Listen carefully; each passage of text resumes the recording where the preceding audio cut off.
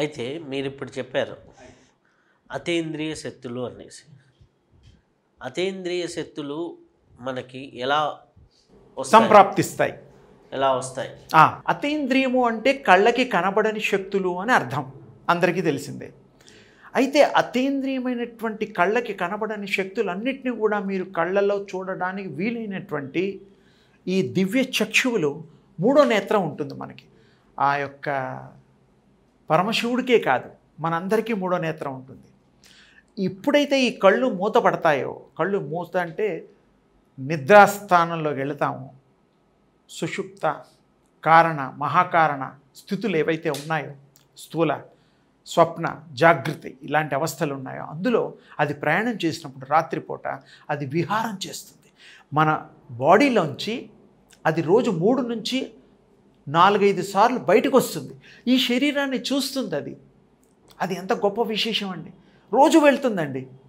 ఎలాంటి ఉపాసన చేయని వాడికి కూడా అది బయటకు వస్తుంది. కానీ వాడికి తెలియాలంటే ఈ ఉపాసన అవసరం. అప్పుడు వాడు చూడగలుగుతాడు, తన్ను తాను చూసుకోగలుగుతాడు. ఆత్మ మన ఈ శరీరాన్ని చూస్తుంది, ఇది సత్యము. పరకాయ ప్రవేశాలు కూడా ఉన్నాయి. మీరు వీరబ్రహ్మేంద్ర స్వామి టైంలోనూ, మన శంకర భగవత్పాదుల టైంలోనూ చాలా మొన్నటి వరకు కూడా ఉన్నాయి. ఆ యోగి ఆ స్థాయి వేరు. మామూలుగా అంత అక్కర్లా.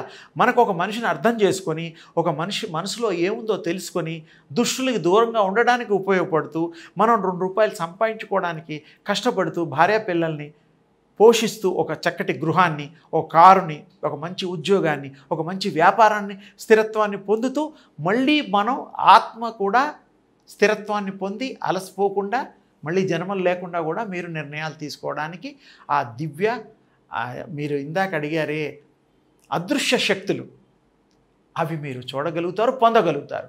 మీ చుట్టూ ఆరాలు ఉంటాయి. కిర్లిన్ కెమెరా అప్పట్లో ఉండేది, ఇప్పుడు కూడా ఉన్నాయి, కానీ కొండ ఒక 7-8 లక్షల్లో వస్తాయి. అది మీరు ఫోటో తీస్తే ఆరా తెలిసిపోతుంది. ఇందిరాగాంధీకి, తర్వాత చాలా మన శాస్త్రి గారికి, లాల్ బహదూర్ శాస్త్రి గారికి, సుభాష్ చంద్రబోస్ గారికి కూడా తీసినట్టు చాలామంది చెప్తారు. అంటే వారి కూడా ఇప్పుడు టోనోగ్రఫీ కూడా ఉంది. ఈ మధ్యకాలంలో అది కూడా చాలా ప్రాచుర్యంలోకి వచ్చింది. మీ మాట ద్వారా ఆ శక్తులు బహిర్గతమయ్యేటువంటి ఒక పద్ధతి ఉన్నది. ఇప్పుడు ఈ మధ్య చాలామంది ప్రాక్టీసెస్ కూడా చేస్తున్నారు. అయితే ఇప్పుడు అదృశ్య శక్తులు మనుషులకు వస్తాయి, తప్పకుండా, సందేహం లేదు. దాంట్లో వాక్ శక్తి ఉంటుంది, సంకల్ప శక్తి ఉంటుంది, అవగాహన శక్తి ఉంటుంది, అండర్స్టాండింగ్ కూడా. ఇప్పుడు ఒక వ్యక్తికి సాధారణంగా ఒక విషయాన్ని అర్థం చేసుకుంటాడు, ఇంకొక విషయాన్ని ఇంకొక లోతుల్లో అర్థం చేసుకుంటాడు. ఆ అర్థం చేసుకునే దాన్ని బట్టి మారిపోతుంది. మనకి ఈ అండర్స్టాండింగ్ లెవెల్స్ కానీ, వాక్ శక్తి కానీ, సంకల్ప శక్తి కానీ నిత్య జీవితంలో ఉపయోగించుకునేవి. అలాగే మనకి ఒకటి అనుకుంటే పని అవ్వటం కానీ, సంకల్ప సిద్ధి కానీ, ఇవన్నీ జరగాలి అంటే మన సాధనలో ఏ స్థితికి రావాలి?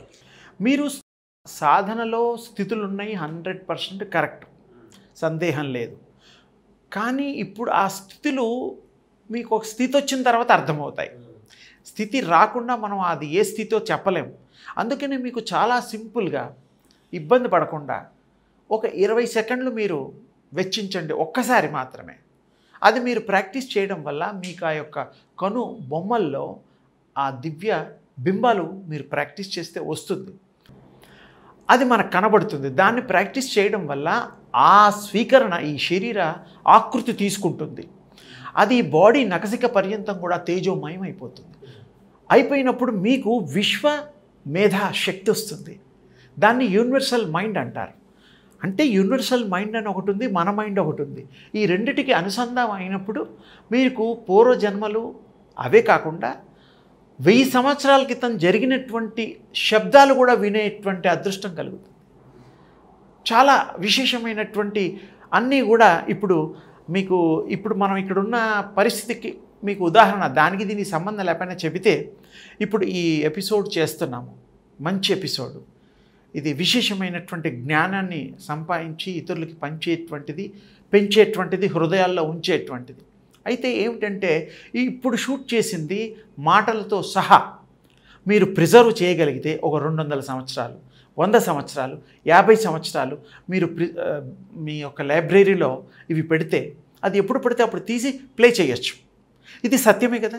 అలాగే గతించిన కాలంలో మనం ఉండే ఈ యొక్క అనుభవించిన సమయం అంతా కూడా మాటల రూపంతో, ఆచరణ రూపంతో, శక్తుల రూపంతో ఉండే మానవులందరివి కూడా అట్లా నిక్షిప్తం చేసేటటువంటిది విశ్వం. ఆ విశ్వమే అతీంద్రియ శక్తి రూపంలో ఉంటుంది. మనం అన్నీ రికార్డెడే. మీరు ఎప్పుడంటే అప్పుడు దాన్ని ట్యాప్ చేయాలి. ఈ సాధన ద్వారా చేస్తే అది మళ్ళీ మీకు చూపిస్తుంది. ఎలా? ఇప్పుడు మన ఈ ఎపిసోడ్లు, సినిమాలు ఎలాగైతే ప్లే చేస్తే చూడగలుగుతున్నామో, 100 ఏళ్ల క్రితం సినిమాలు కూడా చూస్తున్నారు, రకరకాలుగా చూస్తున్నారు. మన జ్ఞాపకాలు కూడా వస్తూ ఉంటాయి అప్పుడప్పుడు. మీరు చూడండి, ఎప్పుడో 10 ఏళ్ళది, అంతకుముందుది అలా వస్తూ ఉంటాయి పరంపరలుగా. అది సత్యం. ఈ శక్తులు కూడా నిక్షిప్తమై ఉన్నాయి యూనివర్స్లో. మీరు సాధన చేస్తే రకరకాలు, ఎవరికి ఏది కోరుకుంటే, ఏ సంకల్ప సిద్ధితో కోరుకుంటే ఆ సంకల్పం నెరవేరి తీరుతుంది, సందేహమే లేదు. ఎందుకంటే మనం ఇప్పటి కాలమానంలో చదువులు, ఇంజనీరింగ్ ఉంది, డాక్టర్ ఉన్నారు, ఇంకా కొన్ని చదువులు ఉన్నాయి. ఏమిటి? ఆ నిర్దిష్టమైన చదువులు చదువుతూనే అందులో ప్రావీణ్యం సంపాదించి ఉత్తీర్ణులయ్యి ఆ ఉద్యోగాలు చేస్తున్నారు. అంటే ఒకటి ఎంచుకున్న దాంట్లోనే జీవన విధానం సాగుతోంది. అలాగే మన పూర్వ జన్మలో ఏవైతే సాధనలో సాధించి మిగిలిన ఉన్నాయో దానికోసం ఈ జన్మ.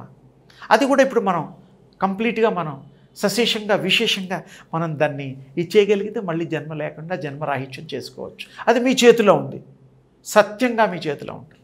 అది భగవంతుడి యొక్క కృప, విశేషమైన కృప, దివ్య శక్తి కృప, అతీంద్రియ శక్తి కృప మీకు పుంఖాలుగా. ఇంకోటి, ఇంకా తేలికైన ఎగ్జాంపుల్ చెప్తాను. ఇప్పుడు సూర్యుడిని రోజు చూస్తాము. ఈ యొక్క ప్రపంచంలో అది ప్రవాహం చేస్తోంది, ప్రసరణ జరుగుతోంది, కిరణాల రూపంలో ప్రసరిస్తోంది. మొత్తం ప్రపంచాలన్నీ కూడా అది ప్రసరిస్తోంది. సత్యమే కదా ఆ యొక్క దివ్య తేజస్సు.